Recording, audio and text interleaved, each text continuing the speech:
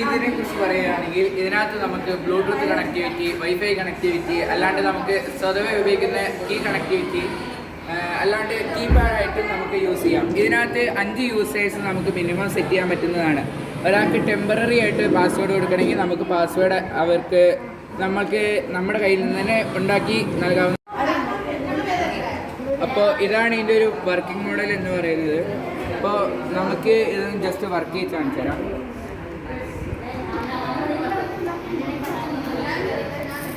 ഇതിപ്പോൾ യൂസർ 1ൻ്റെ പാസ്വേഡാണ്. നമുക്കിവിടെ ഡിസ്പ്ലേയിൽ കാണാമായിരുന്നു നേരത്തെ. യൂസർ 1 നിന്ന് നമുക്ക് പാസ്വേഡ് ടെമ്പററി ആണെങ്കിൽ ടെമ്പററിയിൽ നിന്ന് കാണിക്കും.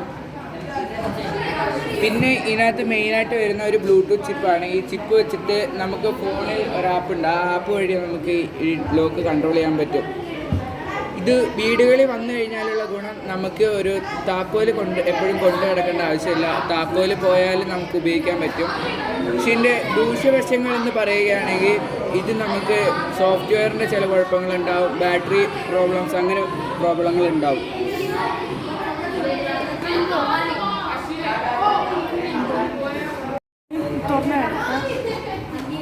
ഇത് നമുക്ക് ആദ്യം അൺലോക്ക് ആക്കി കാണിക്കാം.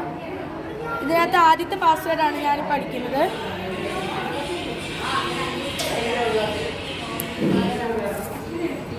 ഇതിപ്പോൾ ഓപ്പൺ ആയിരിക്കുന്നു.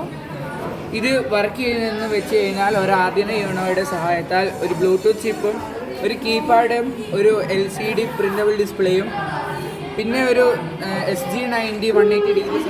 അപ്പോൾ ഇതിൻ്റെ വേറൊരു ഉപകാരം എന്താണെന്ന് വെച്ചാൽ, നമ്മളിത് അൺലോക്ക് ആക്കിയതിന് ശേഷം 10 സെക്കൻഡ് കഴിയുമ്പോൾ ഇത് സ്വന്തം അടയുന്നതാണ്. രാത്രി ഇപ്പോൾ ആരെങ്കിലുമൊക്കെ വീട്ടിൽ വന്നിട്ട് വാതിലടയ്ക്കാൻ മറന്നു പോയി കഴിഞ്ഞാൽ സ്വന്തം അടയുന്നതാണ്. ഇതൊന്ന് ഓപ്പൺ ആക്കി കാണിച്ചു തരാം. ഇതിൻ്റെ ഫസ്റ്റ് പാസ്വേഡാണ് ഇപ്പോൾ നമ്മൾ അടിക്കുന്നത്.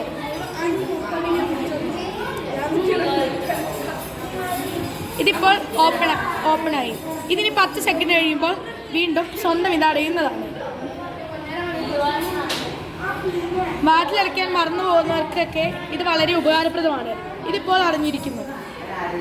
ഇതിനെക്കുറിച്ച് പറയുകയാണെങ്കിൽ ഇതിനകത്ത് നമുക്ക് ബ്ലൂടൂത്ത് കണക്ടിവിറ്റി, വൈഫൈ കണക്ടിവിറ്റി, അല്ലാണ്ട് നമുക്ക് സ്വതവേ ഉപയോഗിക്കുന്ന കീ കണക്ടിവിറ്റി, അല്ലാണ്ട് കീപാഡായിട്ടും നമുക്ക് യൂസ് ചെയ്യാം. ഇതിനകത്ത് 5 യൂസേഴ്സ് നമുക്ക് മിനിമം സെറ്റ് ചെയ്യാൻ പറ്റുന്നതാണ്.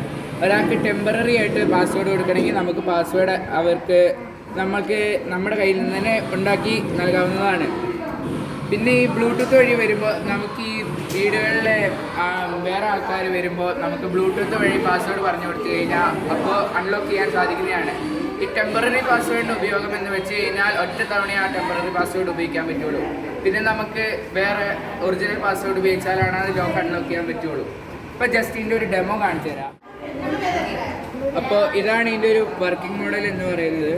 അപ്പോൾ നമുക്ക് ഇത് ജസ്റ്റ് വർക്ക് ചെയ്ത് കാണിച്ചു തരാം.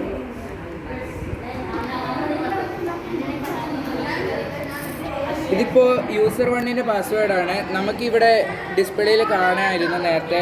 യൂസർ 1 നിന്ന് നമുക്ക് പാസ്വേഡ് ടെമ്പററി ആണെങ്കിൽ ടെമ്പററിയിൽ നിന്ന് കാണിക്കും.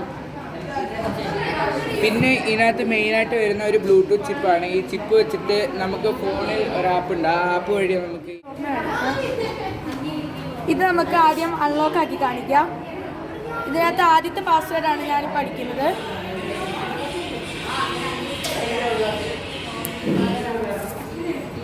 ഇതിപ്പോൾ ഓപ്പൺ ആയിരിക്കുന്നു. ഇത് വർക്ക് ചെയ്യുന്നതെന്ന് വെച്ച് കഴിഞ്ഞാൽ ഒരു ആദ്യ യൂണോയുടെ സഹായത്താൽ ഒരു ബ്ലൂടൂത്ത് ചിപ്പും ഒരു കീപാഡും ഒരു LCD പ്രിന്റബിൾ ഡിസ്പ്ലേയും പിന്നെ ഒരു SG90 180° സർവോയും